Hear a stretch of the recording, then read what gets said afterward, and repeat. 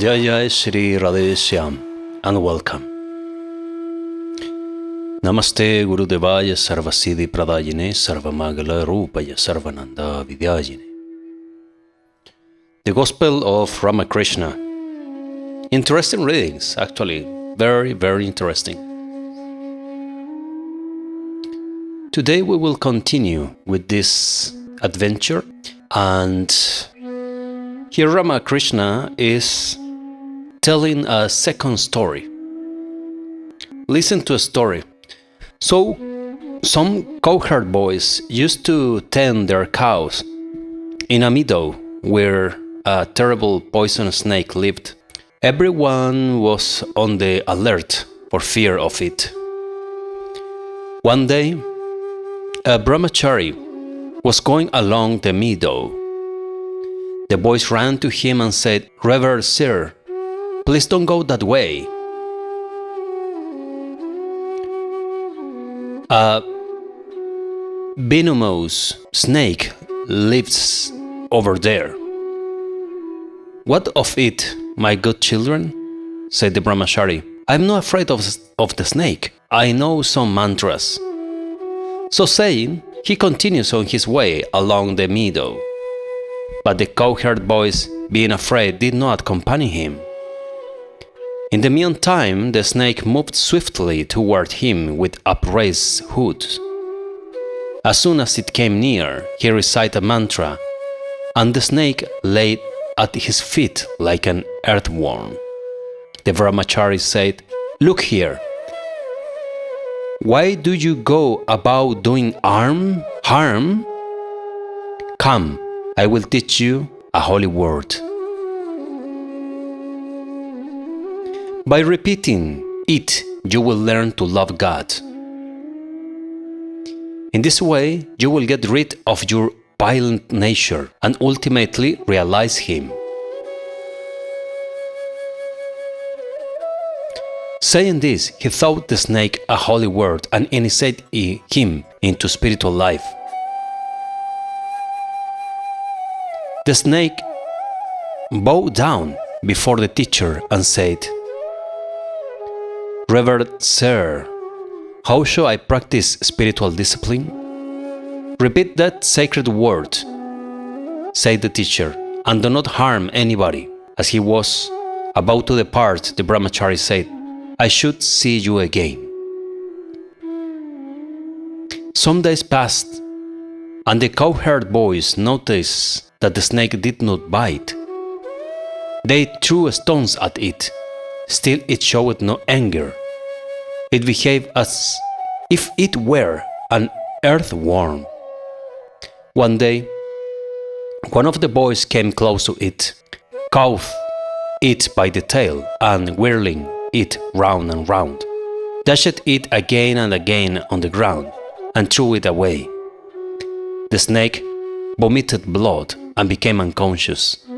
It was stunned. It could not move, so thinking it dead, the boys went their way. Late at night, the snake regained consciousness. Slowly and with great difficulty, it dragged itself into his hole. Its bones were broken, and it could scarcely move. Many days passed. The snake became a mere skeleton covered with skin. Now and then, at night, it would come out in search of food. For fear of the boys, it would not leave its hole during the daytime. Since receiving the sacred word from the teacher, it has given up injuring others. It lived on earth, leaves or the fruits that drop from the trees. About a year later, the brahmachari came that way and asked after the snake. The cowherd boys told him that it was dead, but he could not believe them. He knew that the snake would not die before attaining the fruits of the holy word, with which it had been initiated. He found his way to the place and, searching here and there, called him by the name he had given it. Hearing the teacher's voice, it came out of his hole and bowed down before him with great reverence.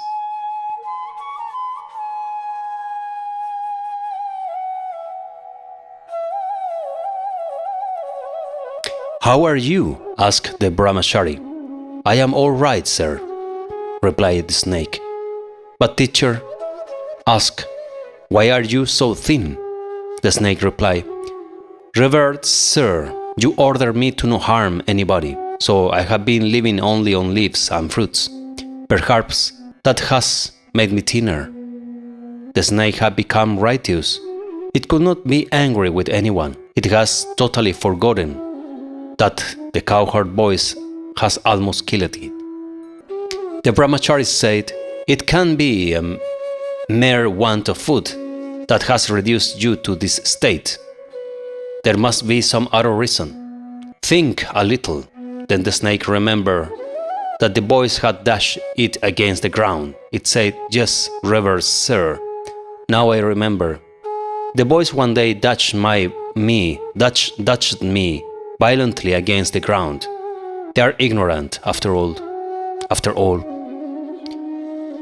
They didn't realize that a great change had come over my mind. How could they know I will not bite or harm anyone?" The brahmachari exclaimed with a shame, "You are such a fool! You don't know how to protect yourself. I asked you not to bite, but I didn't forbid you to hiss. Why didn't you scare them by hissing? So you must hiss at wicked people. You must frighten them, lest they should do you harm. But never inject your venom into them. One must not injure others." In this creation of God, there is a variety of things: men, animals, trees, plants. Among the animals, some are good, some are bad.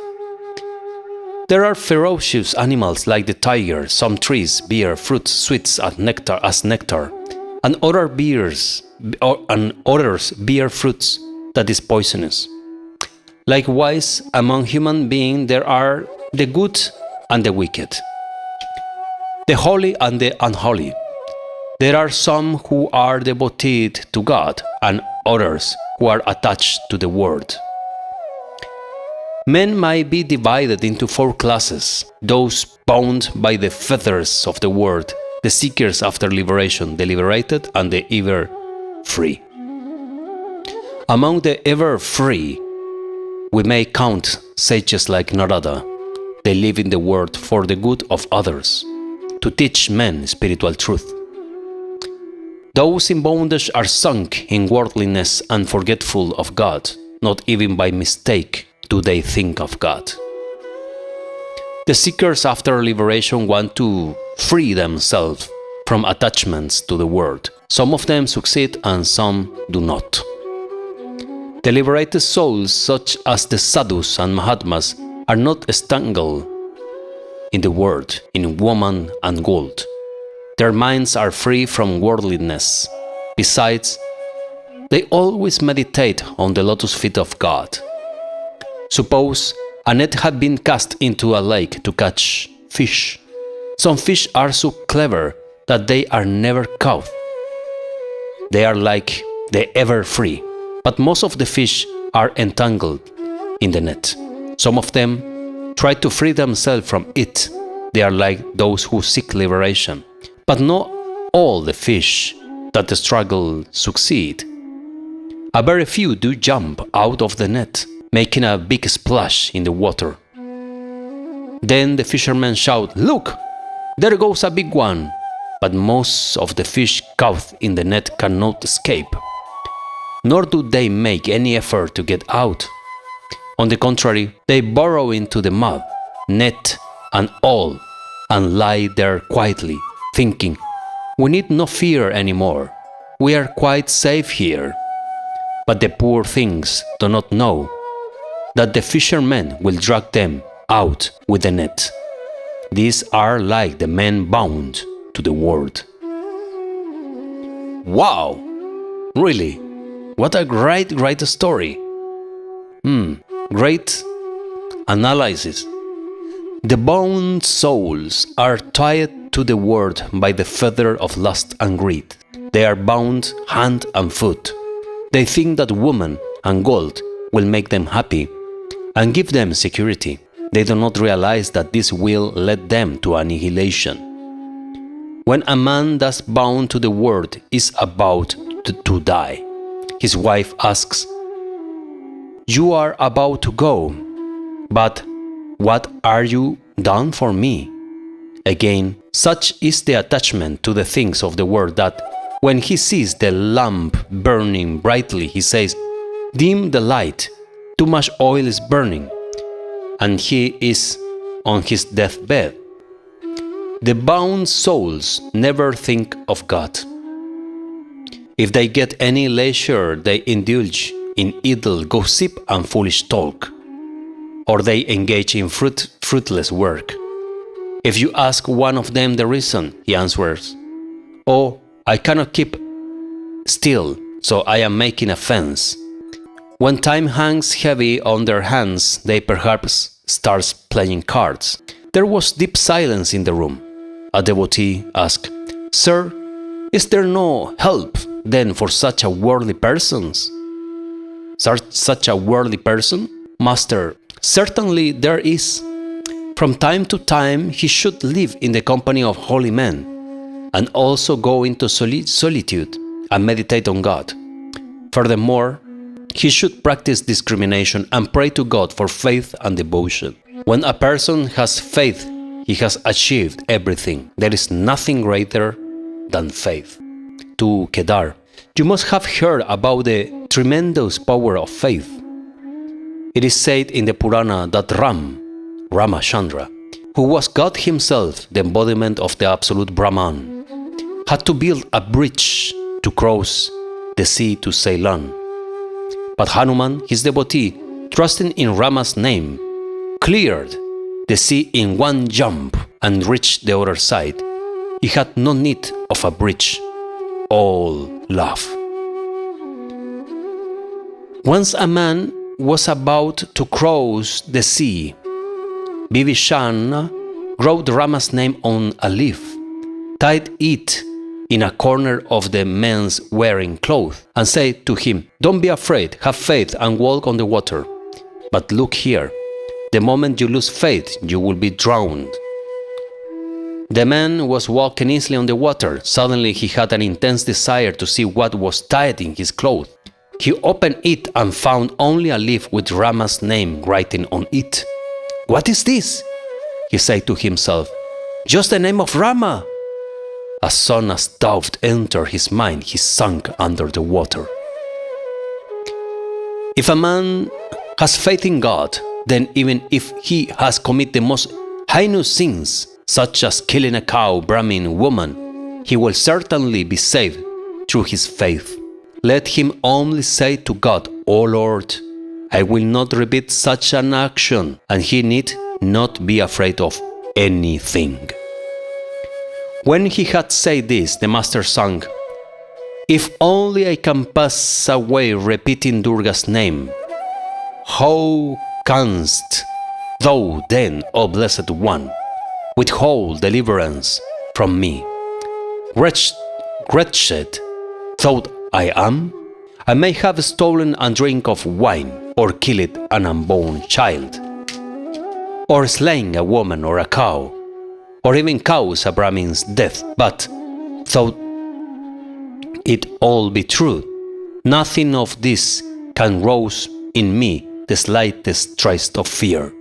For through the power of thy sweet name, your sweet name, my wretched soul may still aspire even to Brahman's realm."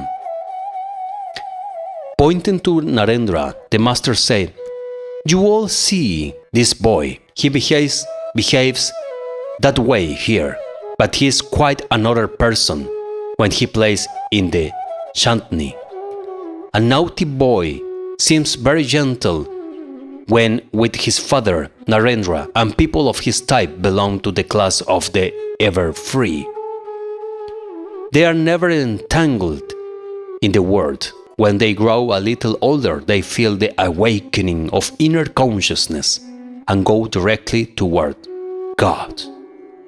They come to the world only to teach others. They never care for anything of the world. They are never attached to woman and gold. Wonderful reading from the Gospel of Sri Ramakrishna from the chapter Master and Disciple.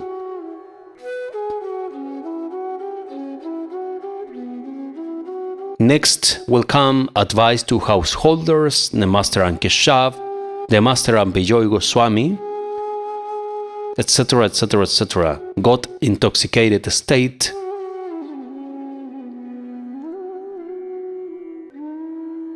Well, so much nectar, really. Enjoyed it a lot, this reading.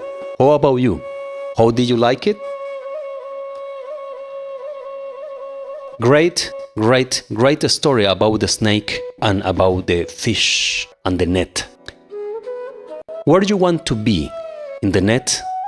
Or you want to be ever free?